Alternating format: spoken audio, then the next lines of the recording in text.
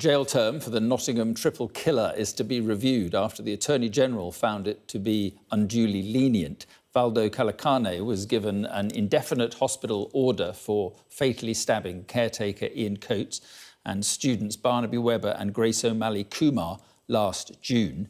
Today, the Attorney-General said in a statement, Valdo Calacane's crimes were horrific and have shocked a nation. Having received detailed legal advice and considered the issues raised very carefully, I have concluded that the sentence imposed against Calacane for the offences of manslaughter by reason of diminished responsibility and attempted murder was unduly lenient and will be referred to the Court of Appeal.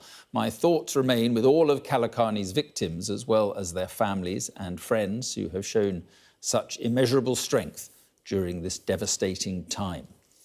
Well, earlier, Sky News presenter Sarah Jane Mee spoke to Barnaby Webber's mum, Emma, following that announcement from the Attorney-General.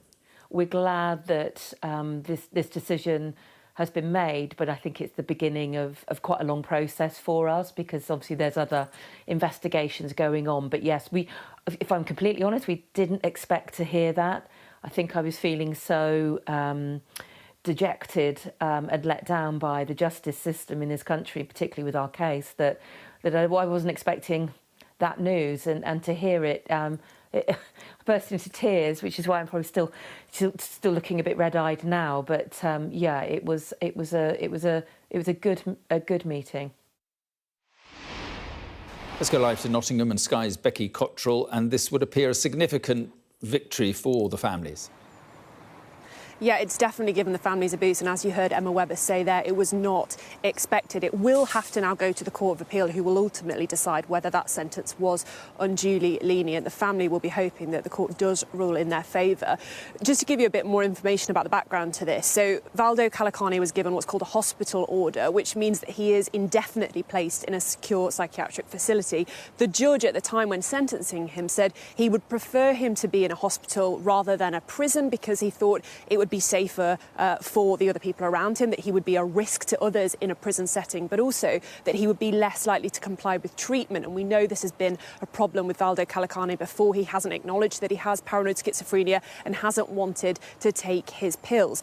But the family were concerned that he may serve, several years, maybe 20 years, in a hospital facility, and then if he showed signs of improvement, might be released and could pose a danger to the public. And clearly today, the Attorney-General has backed them in that and wants Calacane's sentence to be reviewed. There are several other reviews taking place as well. The big one for the family is the CPS's, the Crown Prosecution Service's decision to accept manslaughter pleas from Calacane on the basis of diminished responsibility, that being the fact that he was suffering from paranoid schizophrenia. They say that he should have faced a murder trial, and that there was clear evidence that he was culpable, he knew what he was doing, and that what he was doing was wrong.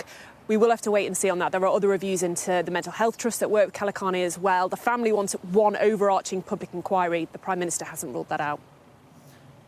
OK, Becky, thanks very much.